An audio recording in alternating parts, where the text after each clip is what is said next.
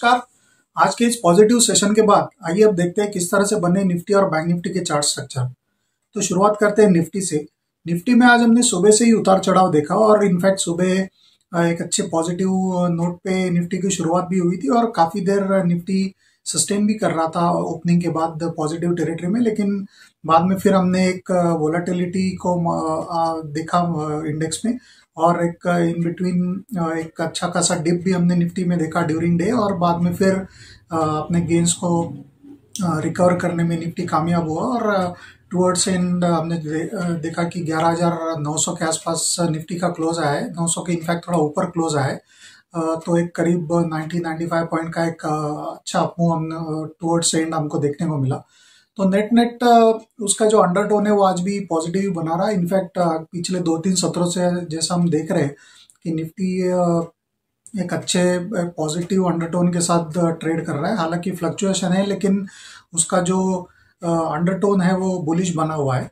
तो पिछले 2-3 सेशन का अगर हम एक टेक्निकल एक पुल बैक जिस लेवल से आता है वो लेवल अगर हम वॉच करें तो ब्रॉडली इनफैक्ट पिछले 2 सेशन से 11,750 के आसपास जब भी निफ्टी जा रहा है तो वहां से एक बाउंस बैक ले रहा है।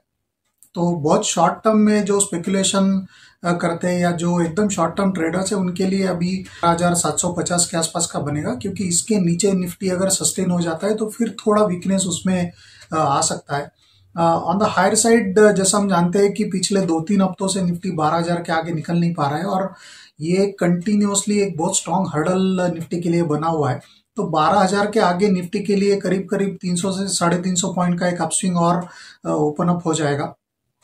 इस तरह के इंडिकेशन चार्ट को देखते हुए लग रहे हैं। तो ओवरऑल ये दायरा है जिसको हमको प्ले करना है कि on the lower side our stop losses should be placed around 11,750 और ऑन द हायर साइड जो रेजिस्टेंस इमीडिएट रेजिस्टेंस है वो करीब 12,000 12,030 इस जोन में है और उसके आगे फिर 300 350 पॉइंट की और एक रैली हमको देखने को मिल सकती है।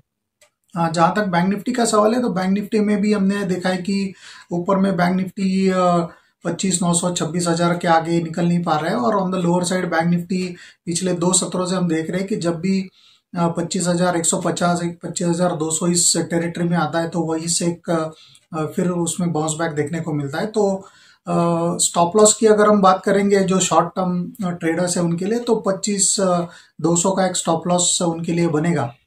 On the higher side bank Nifty के लिए जो इमीडिएट रेजिस्टेंस बनेगा वो 26,000 का है और 26,000 के आगे अगर बैंक निफ्टी थोड़ा भी सस्टेन हो जाता है तो फिर जैसे हमने प्रीवियस वीडियोस में भी बात की थी कि जो एक प्रोजेक्टेड एरिया लग रहा है बैंक निफ्टी का प्रोजेक्टेड टारगेट वो 26,750 से लेके 26,800 तक के उसके टारगेट्स ऊपर में नजर आ रहे हैं। तो वो प्रोबेबिलिटी फिर ओपन हो जाएगी अगर 26,000 के आगे सस्टेन हो जाता है तो ब्रॉडली बैंक निफ्टी का दायरा तो काफी बड़ा है क्योंकि फ्लक्चुएशन भी हमको इक्वली बड़ा देखने को मिल रहा है। तो broadly on the lower side 25,200 और on the higher side in best possible scenario we can move up to 26,800।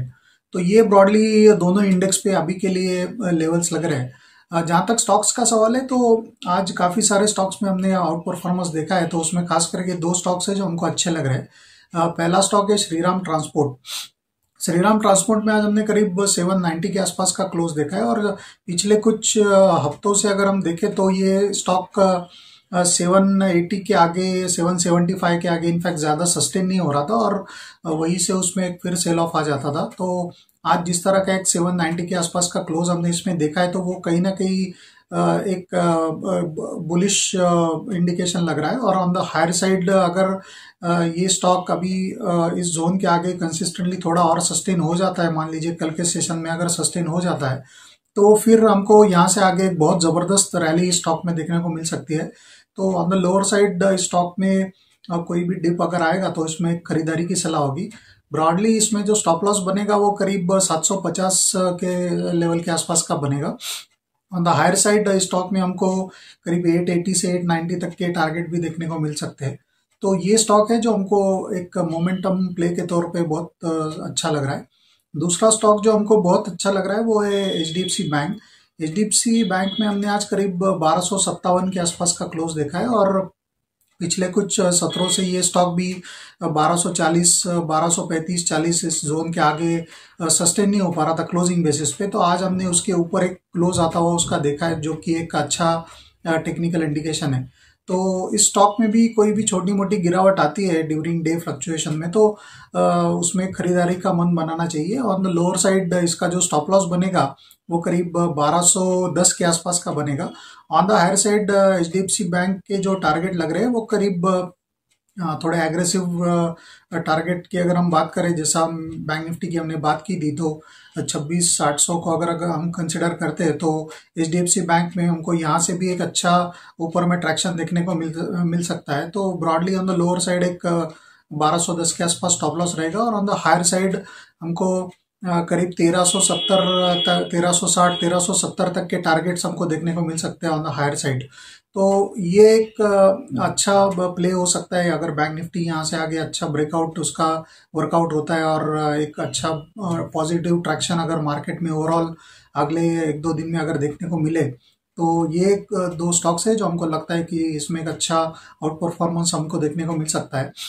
हालांकि जैसे मैंने पिछले वीडियो में भी कहा कि ट्रेडर्स को थोड़ा सा कॉशियस रहना चाहिए, क्योंकि यूएस के इलेक्शन का आउटकम एक्सपेक्टेड है। तो वो मार्केट के लिए बहुत एक बड़ा इवेंट है, और बहुत हेवी फ्लक्चुएशन हमको मार्केट में देखने को मिल सकता है। तो जो स्टॉप लॉसेस मैंने बताए उसको स्ट्रिक्टली फॉलो करना चाहिए ट्रेडर्स को। तो ब्रॉडली ये सेटअप लग रहा है as far as index and stocks are concern. But overall अगर देखें तो वोलेटिलिटी कंटिन्यू रहेगी, लेकिन ब्रॉडर अंडरटोन टेक्निकली जो इंडिकेशंस आ रहे हैं वो दोनों इंडेक्स के लिए पॉजिटिव लग रहा है।